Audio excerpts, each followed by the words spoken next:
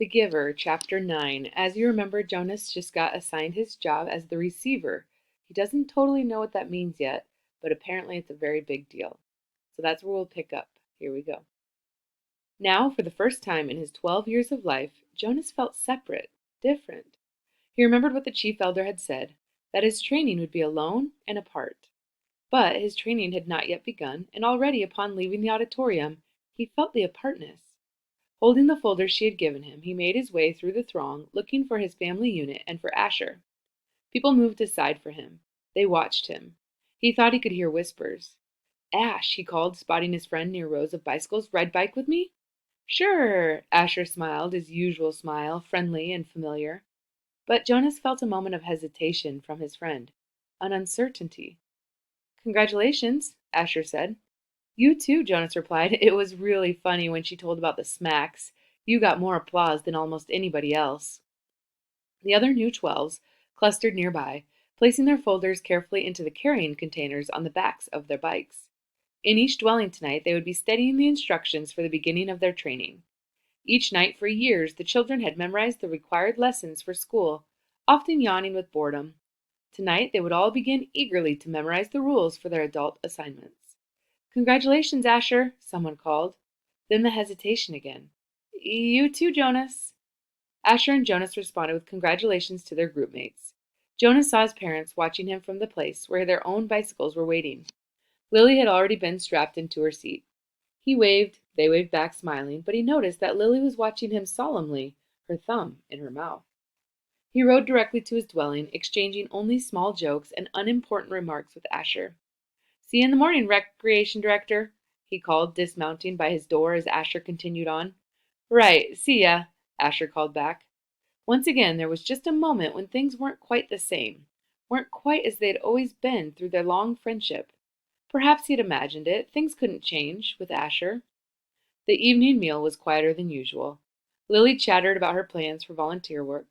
She would begin, she said, at the nurturing center, since she was already an expert at feeding Gabriel.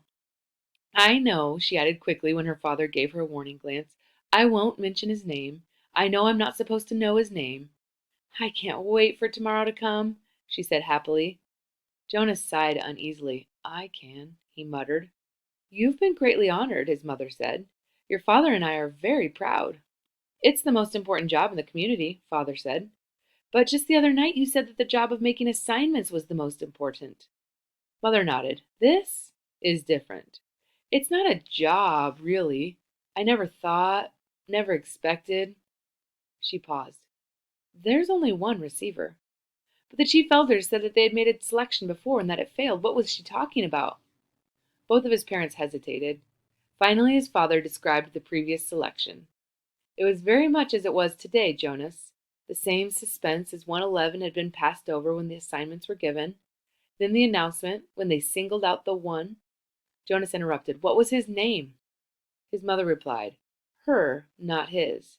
It was a female, but we are never to speak the name, or to use it again for a new child. Jonas was shocked. A name designated not to be spoken indicated the highest degree of disgrace. What happened to her? He asked nervously. But his parents looked blank. We don't know, his father said uncomfortably. We never saw her again. A silence fell over the room. They looked at each other. Finally, his mother, rising from the table, said, You've been greatly honored, Jonas. Greatly honored. Alone in his sleeping room, prepared for bed, Jonas opened his folder at last. Some of the other 12s, he had noticed, had been given folders thick with printed pages. He imagined Benjamin, the scientific male in his group, beginning to read pages of rules and instructions with relish. He pictured Fiona, smiling her gentle smile, as she bent over the list of duties and methods that she would be required to learn in the days to come. But his own folder was startlingly close to empty. Inside there was only a single printed sheet. He read it twice. Jonas, receiver of memory. 1. Go immediately at the end of school hours each day to the annex entrance behind the House of the Old and present yourself to the attendant. 2. Go immediately to your dwelling at the conclusion of training hours each day. 3. From this moment you are exempted from rules governing rudeness. You may ask any question of any citizen and you will receive answers. 4.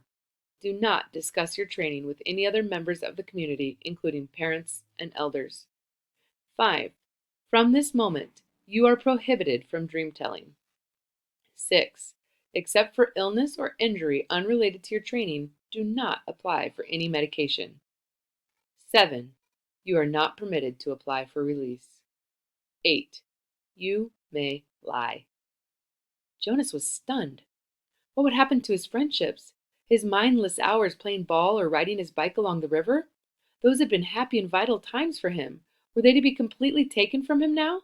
The simple logistic instructions where to go and when were expected. Every 12 had to be told, of course, where and how and when to report for training. But he was a little dismayed that his schedule left no time apparently for recreation. The exemption from rudeness startled him. Reading it again, however, he realized that it didn't compel him to be rude, it simply allowed him the option. He was so completely, so thoroughly accustomed to courtesy within the community that the thought of asking another citizen an intimate question, of calling someone's attention to an area of awkwardness, was unnerving. The prohibition of dream telling, he thought, would not be a real problem. He dreamed so rarely that the dream telling did not come easily to him anyway, and he was glad to be excused from it. He wondered briefly, though, how to deal with it at the morning meal. What if he did dream? Should he simply tell his family unit, as he did so often anyway, that he hadn't? That would be a lie. Still, the final rule said, well, he wasn't quite ready to think about the final rule on the page. The restriction of medication unnerved him. Medication was always available to citizens, even to children, through their parents. When he had crushed his finger in the door, he had quickly, gasping into the speaker, notified his mother. She had hastily requisitioned relief of pain medication, which had promptly been delivered to his dwelling. Almost instantly, the excruciating pain in his hand had diminished to the throb which was now all he could recall of the experience. Rereading rule number 6, he realized that a crushed finger fell in the category of unrelated to training. So, if it ever happened again, and he was quite certain it wouldn't, he'd been very careful near heavy doors since the accident, he could still receive medication.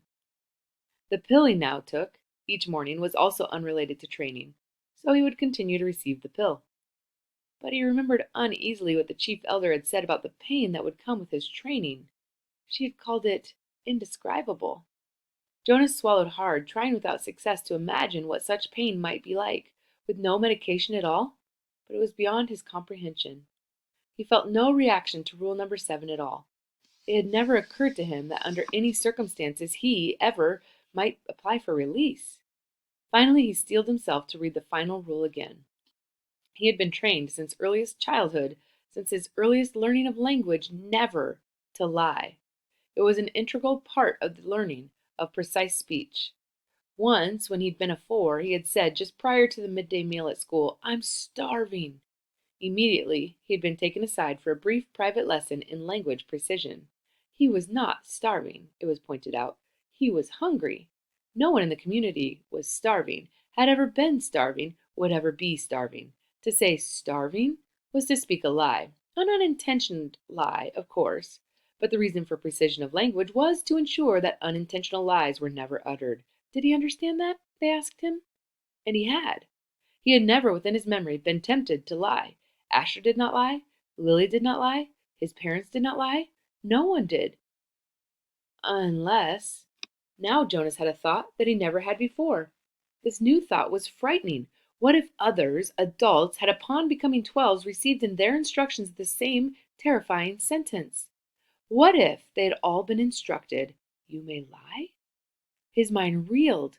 Now empowered to ask questions of utmost rudeness and promise answers, he could, conceivably, though it was almost unimaginable, ask someone, some adult, his father perhaps, "Do you lie?" But he would have no way of knowing if the answer he received were true. That ends chapter 9. So reading these rules has kind of rocked Jonas's world. He's realizing that everyone has these own set of rules, and he may not be able to trust anyone. Take a few minutes now and answer the questions in your packet. Remember to answer in complete sentences and to really answer everything that your packet questions are asking.